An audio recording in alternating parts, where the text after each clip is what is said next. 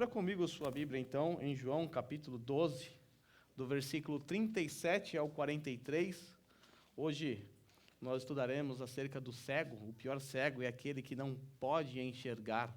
Sei que há um ditado popular que diz que o pior cego é aquele que não quer ver. Biblicamente, o pior cego é aquele que não pode enxergar. João, capítulo 12, do versículo 37 ao 43. Este será o texto da minha exposição nessa manhã. Diz assim a palavra do Senhor. Mesmo depois que Jesus fez todos aqueles sinais miraculosos, não creram nele. Isso aconteceu para se cumprir a palavra do profeta Isaías, que disse: Senhor, quem creu em nossa mensagem? E a quem foi revelado o braço do Senhor?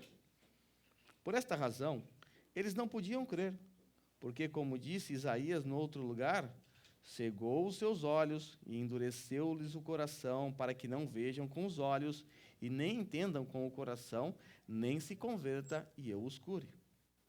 Isaías disse isso porque viu a glória de Jesus e falou sobre ele. Ainda assim, muitos líderes dos judeus creram nele, mas por causa dos fariseus, não confessavam a sua fé com medo de serem expulsos da sinagoga, pois preferiam a aprovação dos homens do que a aprovação de Deus. Pode tomar teu assento. Meus irmãos, nós estamos diante desse trecho no qual o evangelista João, ele deixa de narrar os fatos acontecidos para fazer um comentário. O evangelista João, então, ele vai tecer um pequeno comentário sobre o que ele observou até o presente momento. Vale lembrar que lá no capítulo 11, ele havia encerrado o seu propósito de apresentar os sinais miraculosos. Lembrando que João, quando ele se assentou para escrever esse evangelho, ele tinha um propósito: apresentar a nós a divindade de Jesus, mostrando-nos que o Messias, Jesus é o Messias, e ele é divino. Para isso, o nosso Senhor, ele realizou inúmeros sinais miraculosos aqui na terra, e João escolheu 7 sinais miraculosos. No capítulo 11, essa sessão de sinais miraculosos se encerrou com a ressurreição de Lázaro, que foi o sinal mais impactante, mais importante até, dos milagres realizados por Jesus. Foi um milagre que deixou uma evidência clara de quem Jesus é. E agora João, então, ele termina essa sessão, termina o seu escrito, ou seja, seus relatos acerca dos milagres de Jesus, e agora ele para e faz um comentário. Por que ele faz esse comentário? Porque João, ele vai atestar para nós que a maioria dos judeus, apesar de tantos e tantos sinais miraculosos, não creram em Jesus. Não conseguiram enxergar os sinais miraculosos porque estavam cegos. Não conseguiram ouvir a palavra ou a mensagem proclamada por Jesus porque estavam surdos. Essa é a mensagem de João agora para nós. Ele está tecendo esse detalhe, nos informando as razões pelas quais eles não creram em Jesus. Vocês devem se lembrar que há um tempo atrás eu contei para vocês aqui que em 2006, numa época em que eu fazia seminário, estava muito cansado, trabalhando muito na Ixim, que nem um burro de carga. Minha saúde sempre foi problemática, tenho uma imunodeficiência, que vocês já sabem, e eu, por fim, comecei a ficar cego do meu olho esquerdo. E essa perda da visão foi progredindo, fui perdendo cada vez mais a minha visão, até que quase um ano depois de tratamentos semanais, na verdade eu estava sendo uma cobaia do médico, e cada semana ele enfiava um remédio diferente em mim, fazia um teste meio doido lá. Por fim, nas últimas semanas, eu não estava enxergando praticamente nada. Então a enfermeira, percebendo que eu já não conseguia decodificar os sinais que estavam na parede, por maior que fosse, ela então decidiu imprimir numa folha de sulfite esse círculo com um espacinho para que a gente identifique em que direção está. E ela colocou a 1 palmo, mais ou menos, do meu nariz. E eu simplesmente disse: eu não posso ver mais nada. Eu não enxergo nada. Tudo que eu via era um plástico na minha frente, como se tivesse uma sacola plástica branca na minha frente. Estava perdendo a minha visão. Não estava enxergando mais nada. Essa é a verdade. Mas a grande questão é por que eu não conseguia enxergar aquele sinal. Tão grande, tão claro. Afinal, uma folha de sulfite no seu nariz, quem não enxerga? Será que o problema estava na enfermeira? Não, claro que não. Ela fez mais do que a sua obrigação. Mais do que o seu dever, afinal, ela imprimiu um papel para tentar me ajudar. Será que o problema estava no sinal? Não, o sinal estava perfeito. Uma impressão perfeita. Será que era o tamanho do papel? Maior do que aquilo também não ia adiantar. O problema estava em mim. Eu estava cego. Poderia colocar uma luz, um neon brilhando com aquele sinal, que eu não ia ver nada praticamente. Não ia ver nada mesmo, eu não enxergava nada. Porque a minha condição era de cego. E cego não pode ver. Cego não pode enxergar. E é exatamente isso que nós vamos ver no nosso texto. Eles estavam cegos. Aí Jesus realizou a ressurreição de Lázaro. Um milagre impactante. E eles não creram. Jesus esfregou na fuça deles, através de inúmeros sinais, a sua divindade. Através do cumprimento de profecias. E ainda assim, eles não creram em Jesus. O que João está nos mostrando no seu evangelho aqui, é que eles eram cegos, surdos, e por isso não podiam crer. Não podiam aceitar. Nós vamos ver lá no versículo 37, que é o primeiro versículo da nossa sessão, que João ele comprova essa cegueira. Veja o primeiro comentário que João faz. Mesmo depois que Jesus fez todos aqueles sinais miraculosos, não creram nele. Meus irmãos, essa informação ela é assustadora. Ela, na verdade, é desesperadora. Jesus está na semana em que ele vai ser morto. Isso significa que quase 3 anos se passaram desde que seu ministério deu início. Jesus, então, havia até o presente momento realizado centenas e centenas de sinais miraculosos.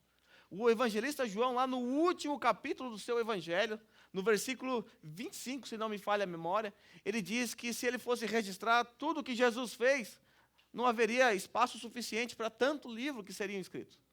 Lógico que é uma linguagem exagerada. Mas João quer nos mostrar que Jesus fez muitos e muitos sinais. Nós já aprendemos que o ministério de Jesus era intenso. Mal descansava, mal dormia. Para orar, ele tinha que acordar de madrugada, porque a multidão estava o tempo todo atrás dele. E nós bem sabemos que ele realizou inúmeros sinais miraculosos. Curou coxos, cegos, ressuscitou mortos, andou sobre o mar, multiplicou pães, transformou água em vinho, expulsou demônios e curou todo tipo de enfermidade. Acalmou a tempestade. Ele havia apresentado aos discípulos e àqueles que estavam à sua volta todos os sinais da sua divindade. Mas mesmo assim, não creram. Isso é assustador. Lá no capítulo 20, versículo 30 e 31, João diz que Jesus havia realizado na presença dos seus discípulos muitos outros sinais miraculosos que não estão registrados nesse livro. Mas esses sinais foram registrados para que as pessoas cresçam que Jesus é o Cristo, o Filho de Deus, e crendo tenham vida em seu nome. O propósito do evangelista João era esse, para que seus leitores cresçam em Jesus. Mas aqueles que viram Jesus não creram. E agora? Por quê? Porque apesar dessa imensa quantidade de milagres, de sinais, ainda assim eles não creram em Jesus. Não o aceitaram como Messias, não aceitaram como Filho de Deus. Como pode isso acontecer? Como pode, diante de tantos e tantos milagres, as pessoas não depositarem sua fé no nosso Senhor Jesus? Isso aconteceu por uma razão óbvia. Eles não podiam ver a divindade de Jesus, assim como eu não podia ver aquele sinal que a enfermeira estava esfregando no meu nariz por estar cego. Dessa forma, eu não consegui decodificar aquele sinal. E esses judeus também não conseguiram. E assim ficou comprovada a cegueira deles e a minha. No verso seguinte, versículo 38, nós vamos observar uma característica muito diferente e interessante dessa cegueira. Nós vamos ver que essa cegueira foi profetizada. Veja aí, versículo 38. Isso aconteceu para se cumprir a palavra do profeta Isaías, que disse: Senhor, quem creu em nossa mensagem? E a quem foi revelado o braço do Senhor? Certamente, muitos poderiam argumentar, como eu já pensei isso logo na minha adolescência, como nós podemos ter certeza que de fato Jesus é o Messias? como eu posso ter certeza que de fato ele é o Filho de Deus, se aqueles que tinham a palavra de Deus em autoestima, os judeus, que tinham as profecias em suas mãos, que estavam aguardando a chegada do Messias, como eu posso ter certeza que ele é o Messias se eles não creram? Já parou para pensar? Aqueles que portavam as Escrituras, que olhavam para as Escrituras esperando a chegada do Messias, que conheciam todas as profecias, não creram em Jesus. O que me garante que de fato ele é o Messias? Essa é uma pergunta sincera, uma pergunta que não é incomum. Talvez você já levantou essa questão na sua mente. Será que de fato o Senhor Jesus é o Cristo? Afinal, ele foi rejeitado pelo seu povo. Na verdade, irmãos, a morte, o martírio de Jesus, o sofrimento e até mesmo essa rejeição já havia sido profetizado nas Sagradas Escrituras. Tudo isso faz parte do plano de Deus para seu Filho. 700 anos antes do nosso Senhor adentrar a esse mundo, o profeta Isaías já havia dito que ele seria rejeitado, desprezado, que as pessoas não ouviriam a sua mensagem. E agora João, inspirado pelo Espírito Santo, ele se lembrou da profecia messiânica registrada em Isaías 53. Como nós vimos na abertura, Isaías 53 é um capítulo extremamente cristológico. Fala acerca do sofrimento do nosso Senhor. Fala que ele é um homem rejeitado pelo seu povo, um homem de dores, um homem que sofre rejeição, um homem que até mesmo morre. Ele foi traspassado por nossas iniquidades. Como vocês viram, nosso irmão Jonatas, ele leu o capítulo aqui nessa introdução, e eu também li na semana passada, se você lembra, eu li na semana passada, mas eu pulei o primeiro versículo na semana passada. E eu fiz isso de propósito, porque eu sabia que esse versículo seria citado aqui hoje.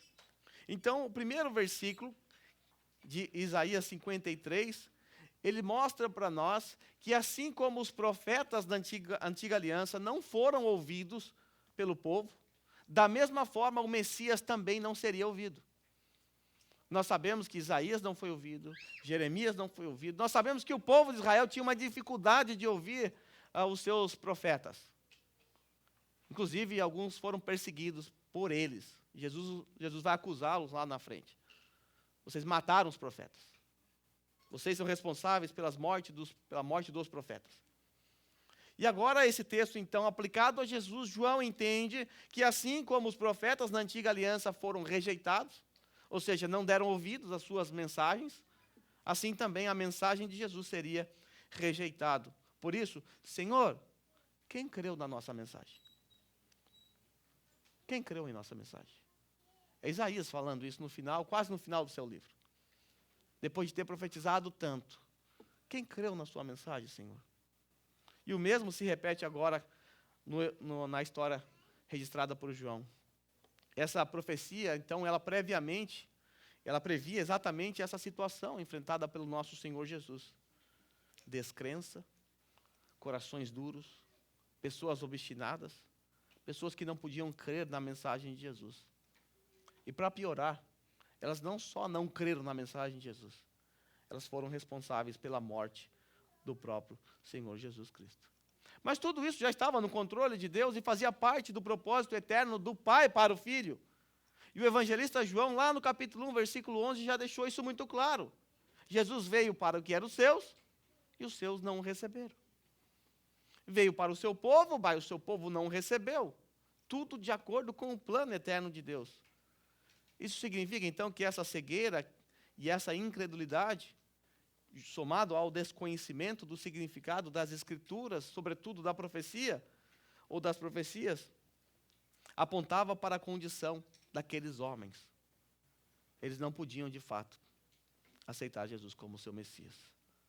Quando nós chegamos na parte final do versículo 1 de Isaías 53, que também está projetado aí para você, temos uma pergunta interessante.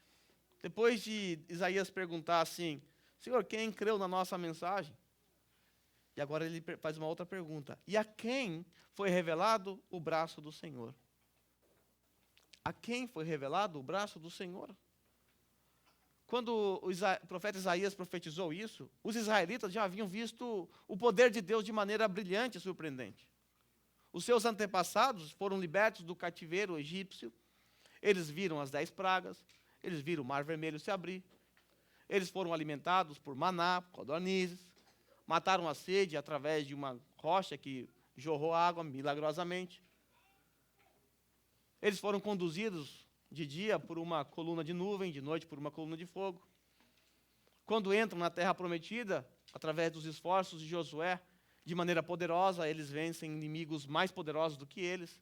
Ou seja, eles viram o poder de Deus e todo o Antigo Testamento, o Senhor está ali revelando a força do seu braço para o seu povo.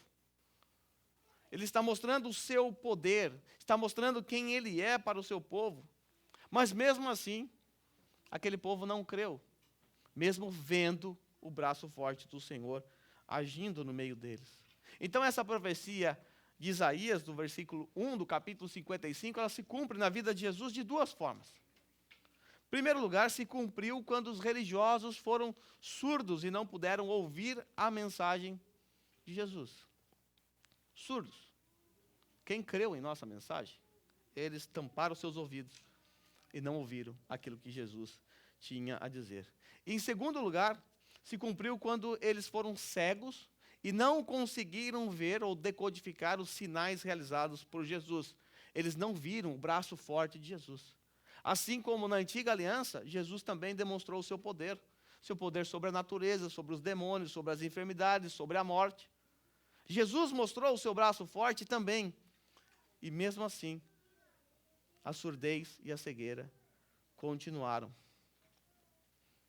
Sendo assim, a rejeição por parte dos judeus não anula a messianidade de Jesus. Na verdade, comprova.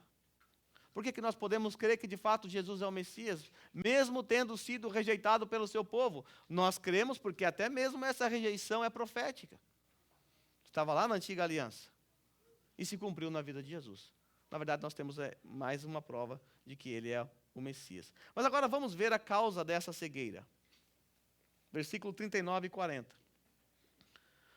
Por esta razão, eles não podiam crer, porque, como disse Isaías no outro lugar, cegou os seus olhos e endureceu-lhes o coração, para que não vejam com os olhos, nem entendam com o coração, nem se convertam e eu os cure.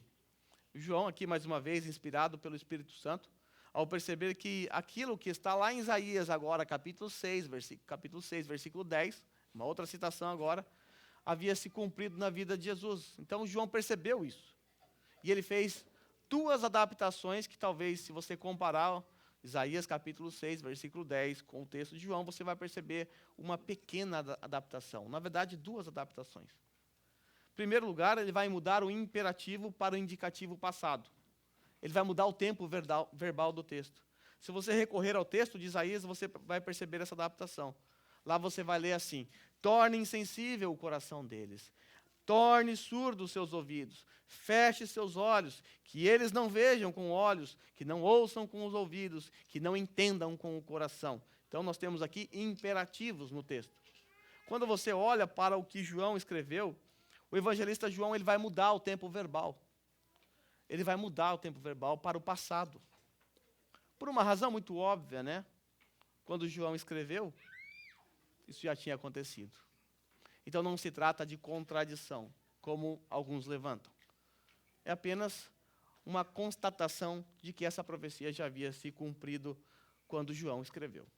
Lembrando que João foi um dos últimos a escrever o seu evangelho. Dos 4, ele foi o último, né? A segunda adaptação que você pode perceber no texto é que João ele omitiu as referências à audição. Lá em Isaías, que não ouçam e torne surdos os seus ouvidos. Por que João omitiu isso? Também por uma razão muito óbvia. Qual é a ênfase do evangelista João no nosso texto? O primeiro versículo que nós lemos foi: eles não creram apesar de terem visto os sinais realizados por Jesus. A ênfase de João não está no que eles ouviram, está no que eles deixaram de ver. Jesus realizou muitos sinais na frente deles, mas eles não conseguiram enxergar. Então, por essa razão, nós temos essas duas alterações feitas, ou adaptações feitas por João no seu texto. Isso para que você não pense que nós estamos diante de uma contradição. Agora, Eu quero que você pense um pouquinho nas duras verdades que nós acabamos de ler nesse texto. São verdades difíceis de engolir, é verdade. É muito duro. O texto está dizendo aqui para nós claramente que o diabo cegou os olhos deles, certo? Errado. Talvez é assim que você gostaria que fosse. Mas o texto não está dizendo que foi o diabo que fez isso. Quando nós voltamos para Isaías, lá no capítulo 6, versículo 8 e 9, de onde saiu essa profecia, nós vamos descobrir quem foi que cegou os olhos daquele povo. Vamos ver. Veja aí. Então, ouvi a voz do Senhor. Esse é o contexto da profecia citada, tá? Então, ouvi a voz do Senhor. Voz de quem? É o diabo aqui? Não, é Deus. Quem enviarei? Quem irá por nós? E eu respondi, eis-me aqui, envia-me. Ele disse isso, vá, agora a profecia citada por João, diga a este povo, estejam sempre ouvindo, mas nunca entendam, estejam sempre vendo, mas jamais percebam, torne insensível o coração deste povo, torne surdos os seus ouvidos e feche os seus olhos, que eles não vejam com os olhos, não ouçam com os ouvidos e não entendam com o coração, para que não se convertam e sejam curados. Quem é que falou isso aqui? Quem é que cegou os olhos? Quem é que deixou o povo surdo? A resposta é uma só, o Senhor. É o que o texto está aqui. É uma verdade difícil, é verdade, é difícil de assimilar, é difícil de engolir, mas é uma verdade que eu não posso mudá-la aqui. Eu não posso mentir para vocês. É a verdade que está no texto. Foi o Senhor que cegou os olhos deles. Talvez você esteja pensando agora, mas será mesmo, né? É meio pesado isso aí que você está falando. Será que não é um caso isolado que a gente tem que desprezar? Afinal, enxergar Deus dessa forma não é um caso isolado. Nós vamos perceber lá em Marcos capítulo 4, quando o Senhor Jesus vai falar acerca das suas parábolas, ele disse assim aos seus discípulos, a vocês foi dado o mistério do reino de Deus, mas aos que estão fora, tudo é dito por parábolas. Por quê? Jesus responde, a fim de que, ainda que vejam, não percebam, ainda que ouçam, não entendam. De outro modo, poderiam converter-se e ser perdoados. Jesus está citando a mesma profecia, com palavras diferentes. Mas é a mesma profecia lá de Isaías. Veja, não é um caso isolado. O Antigo Testamento também nos revela essa mesma verdade. Deuteronômio 29, 3 e 4. Com os seus próprios olhos vocês viram aquelas grandes provas, os sinais, os milagres.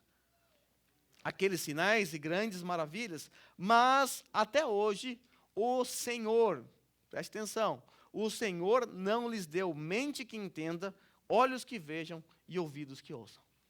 Quem? O Senhor. O que nós não podemos aferir ao texto é que o texto inocenta aquelas pessoas que não puderam crer, que não puderam enxergar, que não puderam ouvir. Aqueles que não creram em Jesus não são inocentes. E aqueles que não creem hoje também não são inocentes. Não é que o povo queria muito crer em Deus, que era um povo santo, obediente, que queria obedecer, mas Deus foi lá e jogou uma cegueira nos olhos deles e agora eles não podiam ver. Não é porque havia muita santidade naquele povo que Deus falou, não, vocês estão muito santos, está quase parecido comigo, vou jogar uma cegueira para vocês ficarem um pouquinho pecador. Não foi isso. O povo era obstinado, o povo virava as costas para Deus. O que nós estamos vendo aqui é o que nós vemos no Novo Testamento com certa frequência, onde Deus castiga a dureza do coração dos homens com mais dureza ainda. Nós percebemos isso também na Antiga Aliança, quando Deus endurece o coração de Faraó, para não libertar o seu povo, o qual Deus havia dito que libertaria. Agora, Faraó não era um inocente, um bonzinho. Faraó era perverso. Deus endureceu ainda mais o seu coração, para que ele não liberasse o povo. Quando nós lemos Romanos capítulo 9, versículo 18, Paulo diz assim, portanto, Deus tem misericórdia de quem Ele quer, e endurece a quem Ele quer. Veja, não é algo isolado. Quando nós lemos também o primeiro capítulo de Romanos, nós descobrimos que apesar de Deus ter se manifestado de maneira poderosa através da criação, através dos seus atributos, dando aos homens o conhecimento acerca de Deus, e esses homens de fato conheceram a Deus, mas não glorificaram, Paulo diz isso, preferiram dar glórias aos animais, aos ídolos e tudo mais. Mas há um trecho interessante lá no versículo 24. Apesar de toda essa revelação, Paulo diz assim: por isso, porque eles rejeitaram essa glória de Deus, rejeitaram as evidências de que Deus existe, por isso Deus os entregou à impureza sexual, segundo o desejo pecaminoso do seu coração, para a degradação do seu corpo entre si. Percebe o que Deus fez aqui?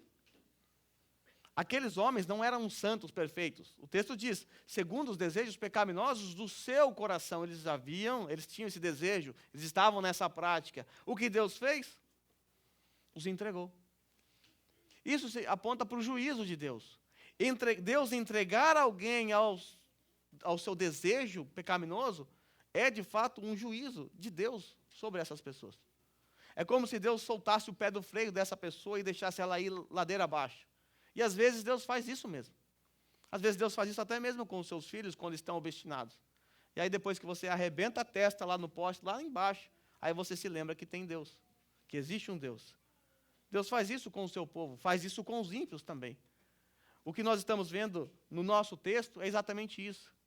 Eles eram surdos por natureza, cegos por natureza. Deus só piorou ainda mais a cegueira e a surdez deles. E isso para eles é um sinal de juízo. É um sinal de castigo de Deus na vida deles.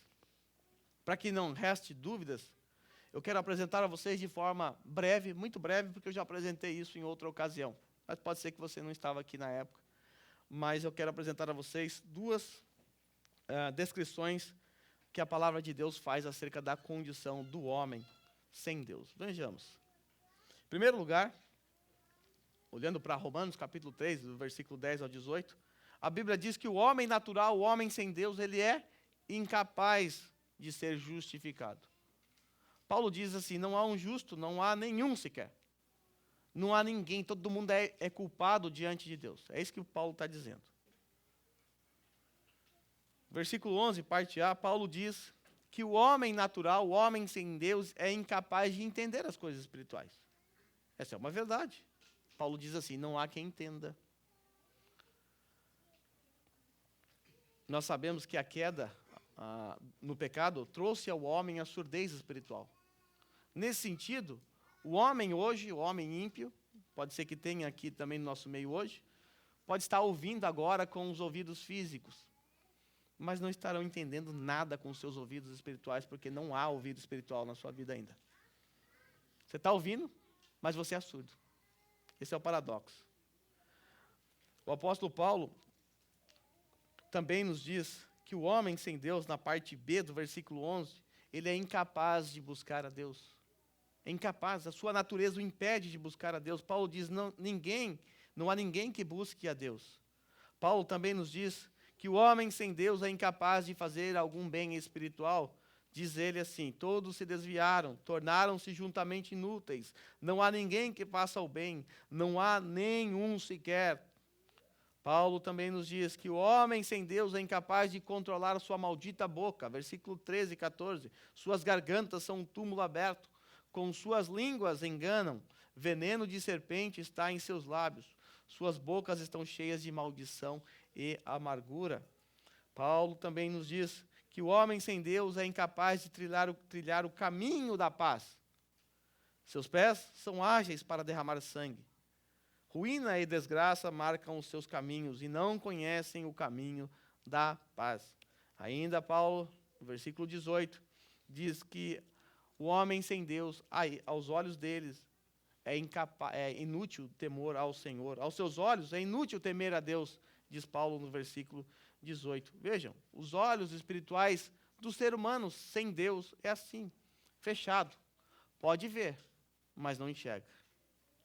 E ainda, outro texto que eu quero apresentar para vocês é de Efésios 2, do 1 ao 3. Nós temos aqui 4 pontos. O homem sem Deus, ele não pode crer, não pode ouvir a mensagem de Jesus, porque, em primeiro lugar, ele está morto espiritualmente falando. Paulo diz aí no versículo 1, vocês estavam mortos em suas transgressões e pecados. Mortos não escutam, mortos não veem, mortos não agem.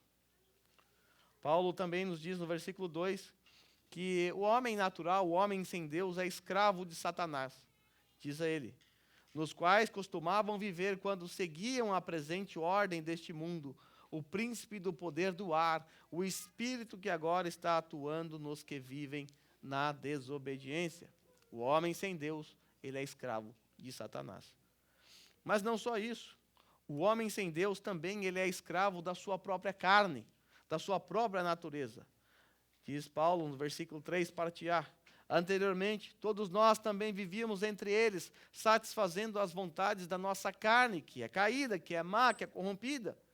E vivíamos seguindo os nossos desejos e pensamentos. Essa era a condição do homem, essa era a condição daqueles judeus que estavam diante de Jesus. E, por fim, o último e pior golpe fatal, é que nós, como os outros, éramos, por natureza, merecedores da ira. Agora, como aqueles judeus que viram sinais miraculosos podiam crer? Na verdade, não podiam. Por conta da sua condição, por conta da sua natureza, por conta de quem eles eram. E você era assim. Eu era assim. Enquanto eu estava nessa condição, assim como vocês, nós não podíamos crer. Eu sempre digo a vocês que se nós estivéssemos lá nos dias de Jesus, se não houvesse a ação do Espírito Santo em nossas vidas, nós faríamos a mesma coisa.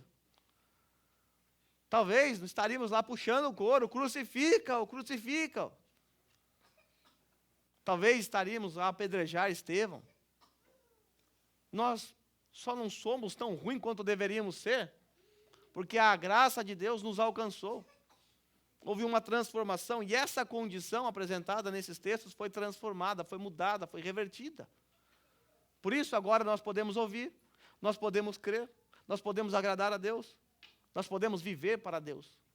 Coisas que outrora nos eram impossíveis. Agora, voltemos ao nosso texto, porque o versículo 41 é fantástico. Veja o versículo 41, eu resolvi isolá-lo aqui, porque ele é fantástico. No versículo 41, João, após dizer que, por essa razão, eles não podiam crer, como disse o profeta Isaías no outro lugar, cegou os olhos, endureceu-lhes o coração, para que não veja com os olhos, nem entendam com o coração, nem se converta e os cure. E aí, então, João, ele diz assim, Isaías disse isso porque viu a glória de Jesus e falou sobre ele. É um texto intrigante.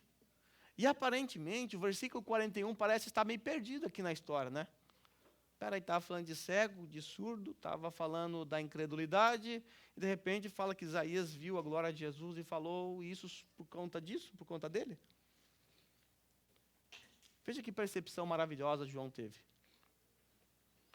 Só que para a gente entender essa percepção de João, nós precisamos voltar para o versículo 1, 2 e 3 de Isaías, capítulo 6. De onde saiu a profecia.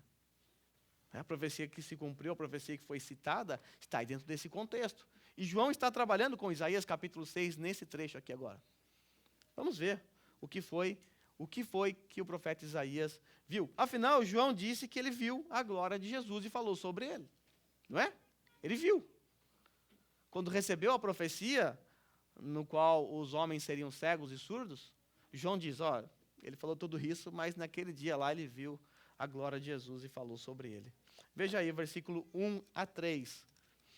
No ano em que o rei Uzias morreu, Isaías, né, aqui falando, eu vi o Senhor.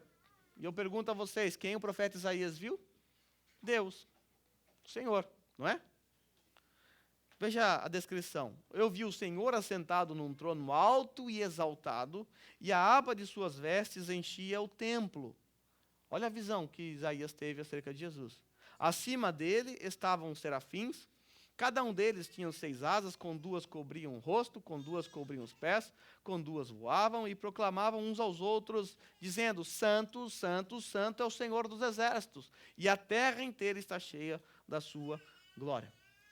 Agora eu pergunto a vocês, se você lesse apenas o texto de Isaías, e eu perguntasse, quem foi que o profeta Isaías viu? Você diria, Deus.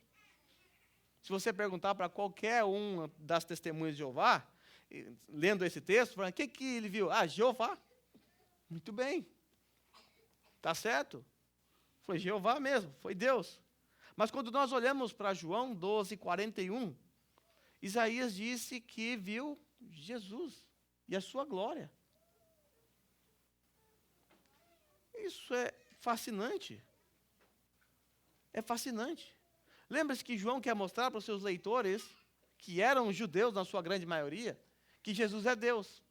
E agora ele está levando os seus leitores a refletir sobre Isaías capítulo 6, dizendo, sabe quando o profeta Isaías, lá no tempo de Uzias, lá, ele viu algo?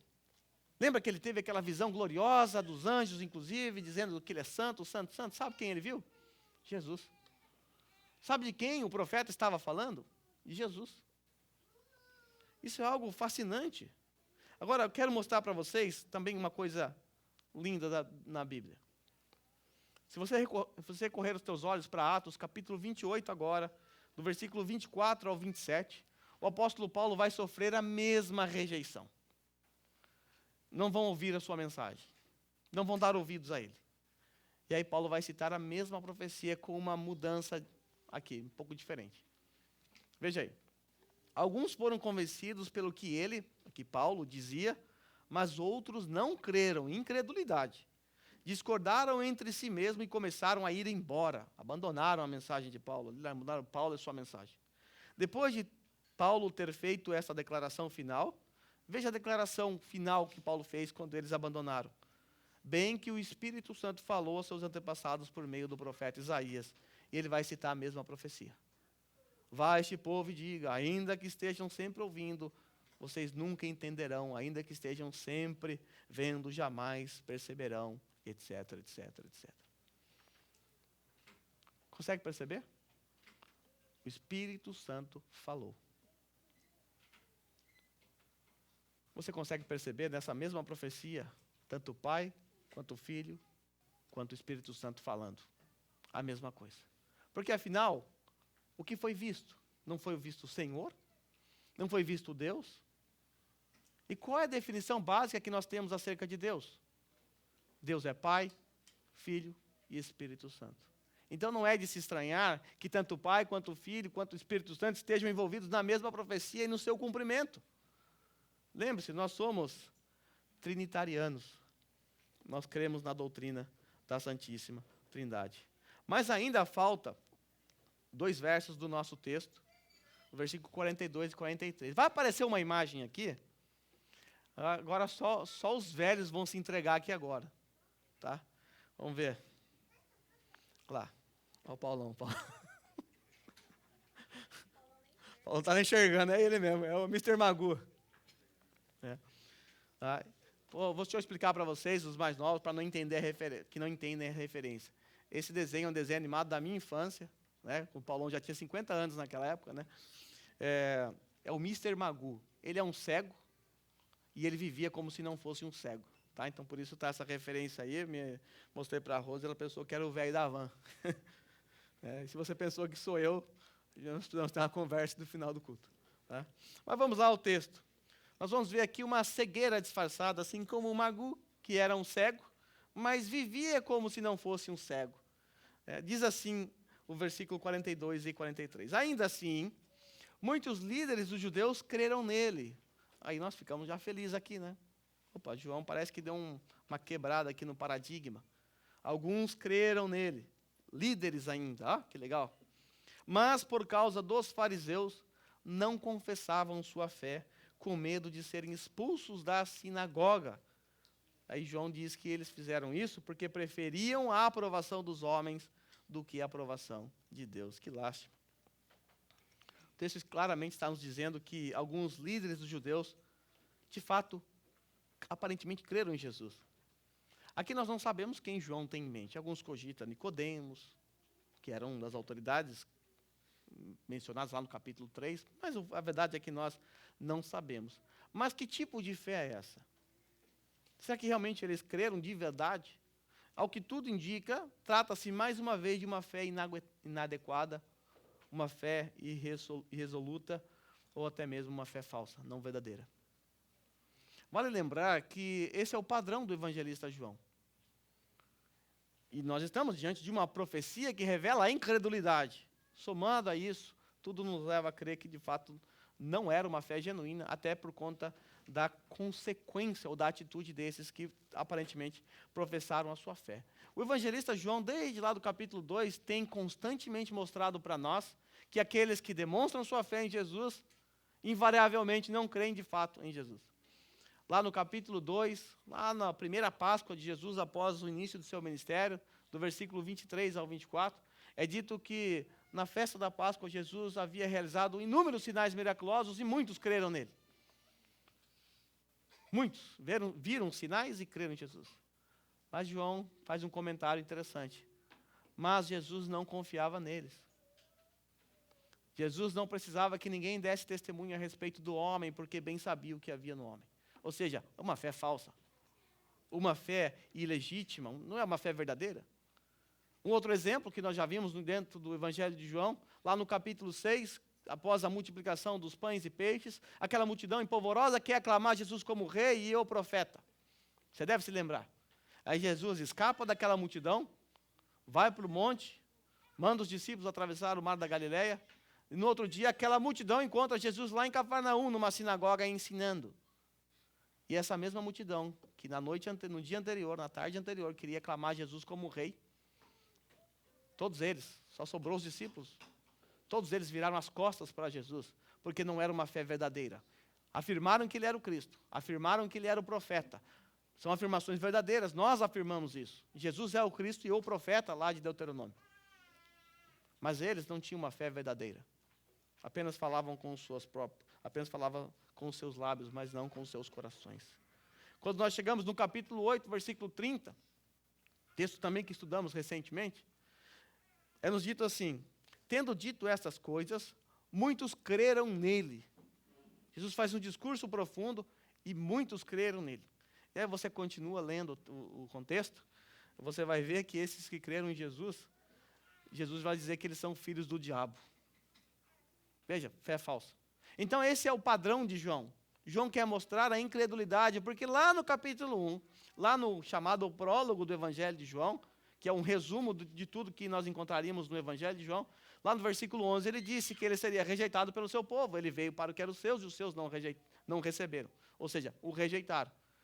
Então, esse é o padrão aqui dentro. E ao que tudo indica, nós estamos diante de uma cegueira disfarçada. Eram cegos, sim, mas diferente daqueles outros cegos, qual você podia ver. Um cego com bengala andando, acertando sua canela, você sabe, é um cego. Agora alguém que nem o senhor Mr. Magoo, que é cego, mas anda de bicicleta, faz coisas, tenta pelo menos fazer coisas, só faz atrapalhada porque é cego, mas ele aparentemente não é um cego, olhando assim, andando de bicicleta, dirigindo um carro. Esses aqui eram assim. Eram cegos, mas viviam como se não fosse cego. Nós encontramos então uma cegueira disfarçada, ou uma incredulidade disfarçada de fé genuína. E esse tipo de fé sempre esteve e sempre estará presente na vida da igreja. Sempre. Sempre vai haver joio no meio do trigo. Isso Jesus já havia nos alertado, né? Muitas pessoas passaram por aqui, muitas outras passarão por aqui também, e se apresentarão como cristãs. Pessoas que nós bateremos os olhos e até chegaremos a pensar, nossa, sejam bem-vindos. Pessoas que servirão, a princípio, regaçarão no começo as suas mangas e servirão o corpo de Cristo, chamando a nossa atenção. Pessoas que não demonstram a priori que elas de fato são filhas de Satanás. Passarão por nosso meio. Mas logo, logo, depois de um certo tempo, essas pessoas elas não vão suportar ouvir a verdade. Vão embora. Ou não suportarão serem confrontadas por seus pecados. E irão embora. Por quê? Porque são cegas e estão disfarçando, assim como o senhor Magoo. Mas há uma razão interessante apontada por João no nosso texto. João diz que eles não tinham coragem de confessar Jesus diante dos homens. Eles não falavam que criam em Jesus porque tinham medo. Tinham medo do seu status, de perder a sua posição na sinagoga. Afinal, eram líderes. Morriam de medo. Lembra do que aconteceu com o cego lá no capítulo 9? O cego, quando foi curado, passou a enxergar. Quando ele foi chamado lá no sinédrio para depor, ele foi, inclusive, acusado. O que o cego fez? Ou o ex-cego? Ele afrontou os religiosos. Vocês também querem ser discípulos dele? Eles ficaram com raiva e fizeram o quê? Expulsaram o ex-cego da sinagoga. Veja, aqui nós temos uma fé verdadeira, uma fé genuína. Ele não se importou com a sua posição dentro da sinagoga. Ele perdeu o direito de participar da sinagoga. Isso era algo muito ruim, é como uma exclusão da igreja. Era uma coisa muito ruim que acontecia com a vida de uma pessoa, mas o ceguinho não estava nem aí, afinal, ele viu Jesus. Ele enxergou Jesus. Agora, esses aqui fizeram o oposto. Estão falando que viram. Mas, na verdade, eram cegos. E não podiam sequer atestar a sua fé. Tinham medo. E a sentença é terrível. Eles fizeram isso porque preferiram a aprovação dos homens do que a aprovação de Deus. Eles estavam preocupados com a aprovação dos homens. Se esqueceram que nós devemos buscar a aprovação de Deus. E nesse ponto, eu e você corremos esse risco também. Todos nós. Todo cristão corre o risco de, em algum momento da sua vida, da sua carreira cristã, viver para agradar os outros. Para agradar os homens. E isso acontece com muitos ministros do Evangelho. Muitos ministros que acabam tendo que omitir certas verdades porque têm medo da rejeição. Afinal, falar que Deus endureceu o coração das pessoas não é uma mensagem muito boa para ser vendida por aí, não é? Mas o que eu posso falar para vocês hoje? Mentir para vocês, enganá-los? Eu não posso omitir. Mas a verdade é que muitos, por medo da rejeição, por medo do que o seu rebanho vai pensar, por medo do que vai para as redes sociais, acabam omitindo, por temor dos homens. Então, eu peço a todos vocês que orem por aqueles que pregam o Evangelho. Porque essa é uma tentação que acomete todos aqueles que pregam o Evangelho. Então, que Deus guarde o meu coração e daqueles que pregam aqui. Nós não podemos jamais nos esquecer das palavras de Paulo em Gálatas, capítulo 1, versículo 10. Quando eu preguei em Gálatas, há muito tempo atrás, lá em 2016, esse texto ficou na minha mente e martela até hoje. Acaso busco eu a aprovação de Deus ou dos homens, diz Paulo? Ou estou tentando agradar a homens? Paulo está confrontando a igreja da Galácia. Será que eu estou preocupado em agradar a vocês? Vocês acham que eu busco a aprovação dos homens? E aí Paulo termina dizendo assim: se eu ainda estivesse procurando agradar a homens, não seria servo de Cristo. Então, quando eu e você buscamos agradar a homens, deixamos de ser servos de Cristo. Essa é a verdade. Agora, muitos irmãos também dessa igreja podem cair na mesma tentação. Não são só os pastores que podem cair nessa tentação. Você pode servir ao corpo de Cristo, emprestando o seu talento, usando o seu dom para servir a comunidade da fé, mas você pode fazer isso com uma motivação muito pecaminosa.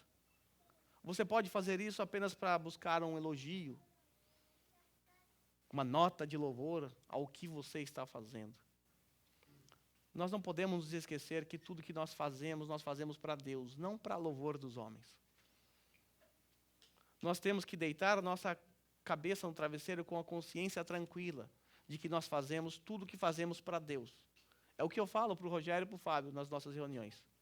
Algumas vezes teremos que falar verdades duras aqui na frente. Algumas vezes teremos que confrontar pessoas no privado de maneira firme e dura.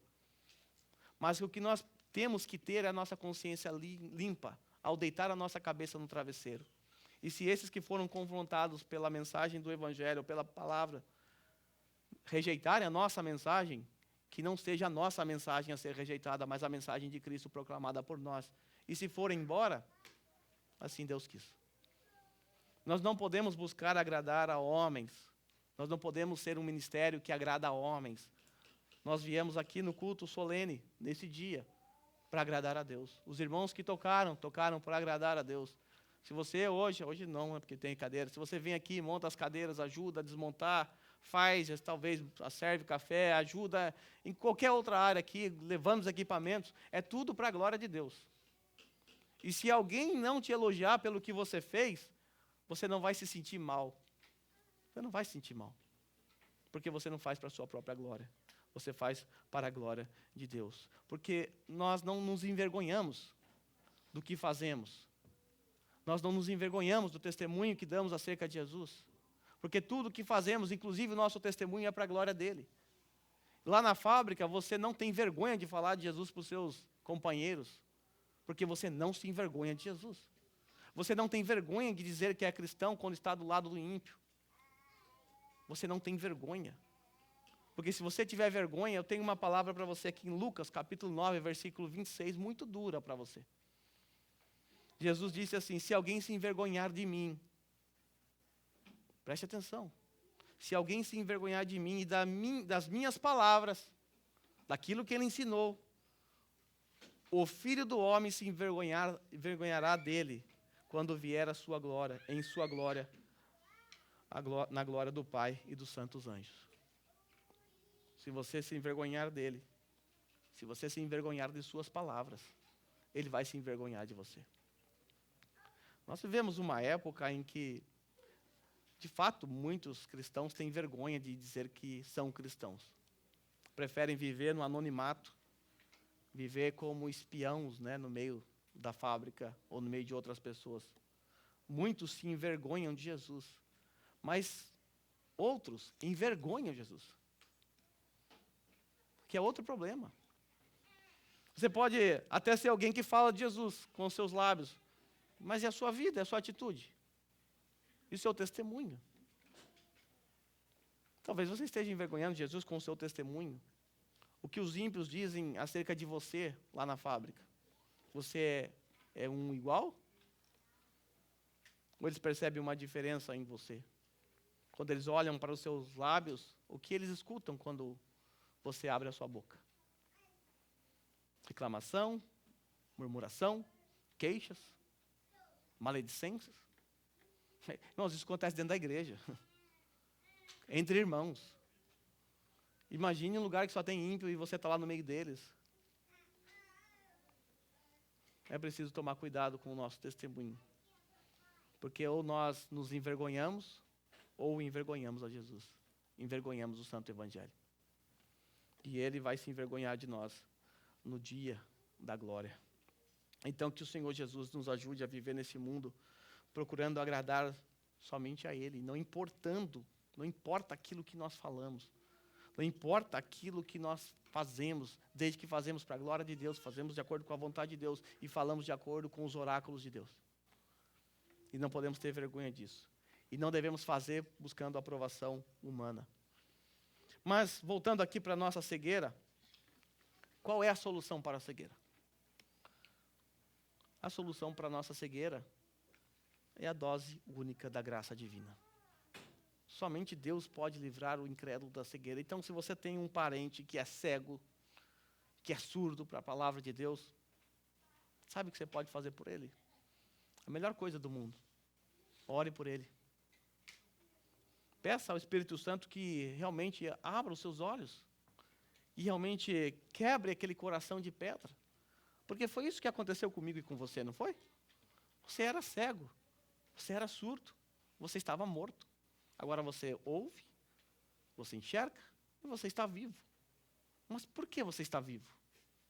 Quem mudou a sua condição? Quem mudou a sua condição não foi Deus, não foi o Espírito Santo que transformou a sua vida e você creu? Então é isso que os nossos parentes, os nossos amigos precisam, da dose única da graça divina, que afasta toda a cegueira. Bem, eu era cego, como eu contei no começo. Não chegava um palmo na minha frente. Hoje eu ainda sou um pouco cego. Eu enxergo uns 20% com o meu olho esquerdo. Estou quase um Mr. Magoo mesmo, careca, cego. E recentemente eu não estava enxergando nada. Estava andando na rua, quando o sinal ficava verde com setinha, eu não sabia se estava para a direita, estava reto, eu tinha que ficar parado até alguém buzinar para saber o que eu tinha que fazer. Eu estava cego, qual o Mr. Magoo. Mas eu fui recentemente no oftalmo e agora eu era cego, agora vejo. Estou vendo o rosto de cada um de vocês hoje.